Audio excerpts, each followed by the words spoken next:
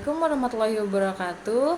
Shalom, Om Swastiastu, Namo Buddhaya, salam kebajikan bagi kita semua. Perkenalkan, nama saya Naila Mufidah. Saya akan menjelaskan mengenai first debate, second debate, dan third debate. Studi hubungan internasional telah mengalami perkembangan yang dinamis sepanjang abad ke-20 hingga saat ini. Perkembangan ini tidak hanya dipengaruhi oleh perubahan kondisi global, tetapi juga oleh perdebatan metodologis dan teoretis yang membentuk dasar pemikiran di bidang ini. Perdebatan tersebut secara luas dikenal sebagai first debate, second debate, dan third debate, memperlihatkan adanya penggeseran paradigma dari idealisme ke realisme, dari pendekatan tradisional ke ilmiah, hingga kepada perdebatan pandangan serta positifisme dan post-positifisme. Dalam tulisan ini akan dijelaskan bagaimana setiap perdebatan berkontribusi terhadap evaluasi metodologi dan perspektif dalam hubungan internasional, serta dampaknya bagi pemahaman kita terhadap dinamika politik global saat ini. Selanjutnya, untuk penjelasan lebih dalam lagi akan disampaikan oleh rekan saya, Khairunisa. Baiklah, bersama saya rekan dari Naila Mufidah. Perkenalkan, nama saya Khairunisa yang akan menjelaskan tentang first debate. First debate atau perdebatan pertama, idealisme dan realisme. Perdebatan pertama dalam hubungan internasional sering disebut dengan First Great Debate, berlangsung antara 1919 hingga akhir 1930-an dan berkisar pada perdebatan antara idealisme dan realisme. Perdebatan ini muncul di tengah periode pasca Perang Dunia I, ketika para akademisi dan praktisi hubungan internasional mulai mencari cara untuk menghindari perang di masa depan. Idealisme adalah pandangan bahwa kerjasama internasional, organisasi internasional, dan moral-moral global dapat menciptakan dunia yang lebih damai dan stabil.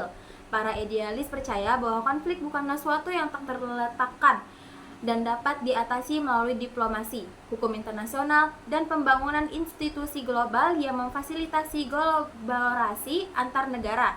Idealis menekankan pentingnya LBB serta nilai-nilai seperti keadilan, hak asasi manusia, dan demokrasi dalam mengatur hubungan internasional. Pandangan mereka bahwa negara dapat bekerja sama demi kepentingan bersama mencerminkan optimisme yang kuat terhadap kemampuan manusia untuk berubah.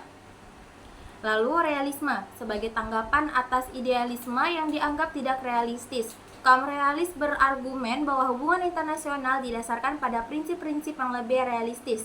Mereka memandang sistem internasional sebagai arena yang anarkis, di mana tidak ada otoritas yang lebih tinggi dari negara. Realisme menganggap bahwa setiap negara bertindak berdasarkan kepentingan nasionalnya, terutama dalam kemampuan dan kekuasaan. Teori ini berargumen bahwa sifat manusia pada dasarnya egois, dan negara-negara pada akhirnya selalu mencari cara untuk memaksimalkan kekuatan mereka dan menjamin kelangsungan hidupnya. Tokoh-tokoh seperti Hans Morgenthau dan E.H. Carr mencari cara teoritis yang kuat bagi realisme dan menggambarkan pandangan ini sebagai realistis dalam menjelaskan pola konflik dalam Perang Dunia. First debate berakhir dengan naiknya realisme sebagai paradigma dominan, terutama karena LBB terbukti gagal dalam mencegah Perang Dunia II. Realisme kemudian mendominasi studi hubungan internasional pada dekade-dekade berikutnya, dengan banyak analis berfokus pada isu keamanan dan kekuasaan dalam sistem internasional dan anarkis. Selanjutnya, penjelasan akan dilanjutkan oleh rekan saya. Baiklah, perkenalkan, nama saya Cindy Aulia yang akan melanjutkan penjelasan mengenai second debate. Second debate atau perdebatan kedua. Perdebatan kedua yang berlangsung pada 1950-an hingga 1960-an memperdebatkan perdebatan metodologis dalam studi hubungan internasional.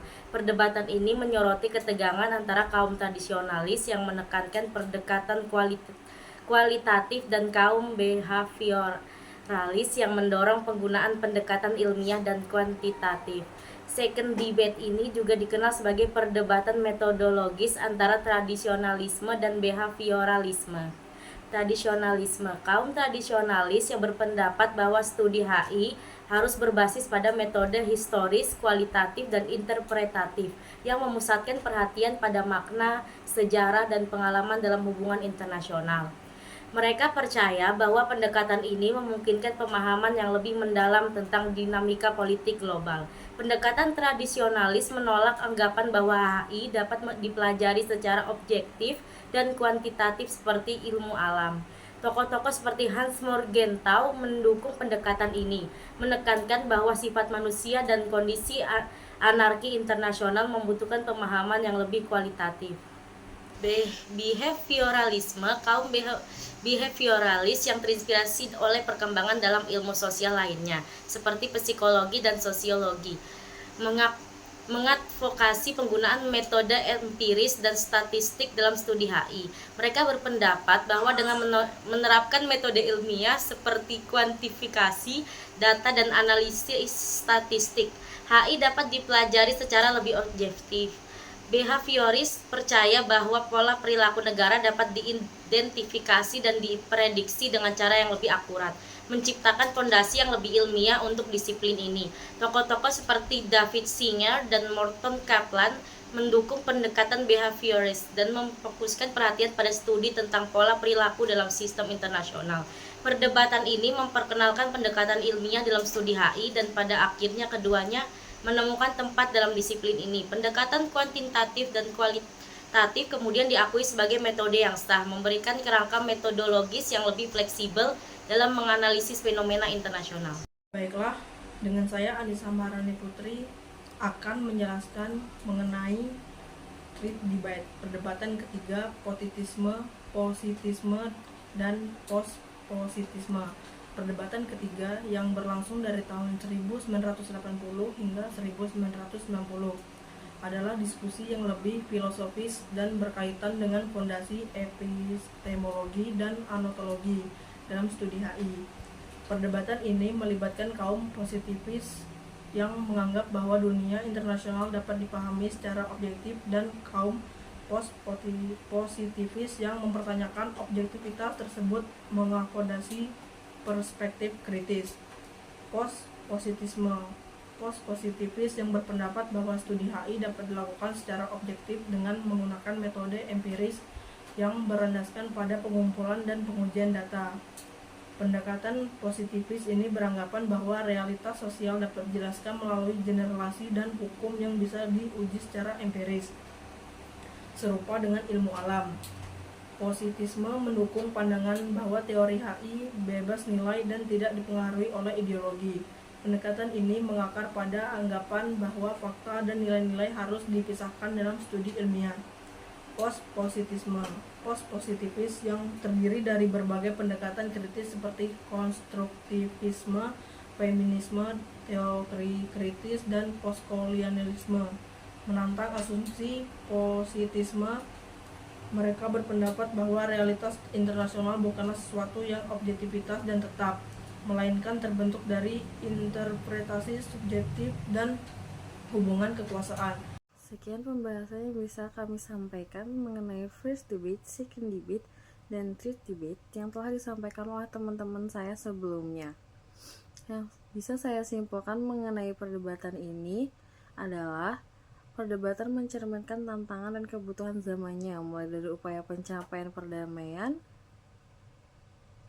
hingga kesadaran akan pentingnya perspektif kritis di era globalisasi. Perdebatan ini tidak hanya memperkaya pemahaman kita, tetapi juga mengajarkan bahwa hubungan internasional bukanlah disiplin yang statis.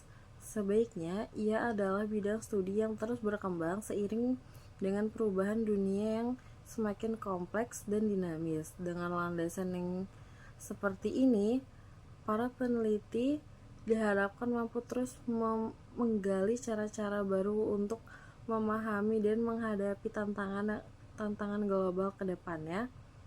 Sekian dari kami. Wassalamualaikum warahmatullahi wabarakatuh.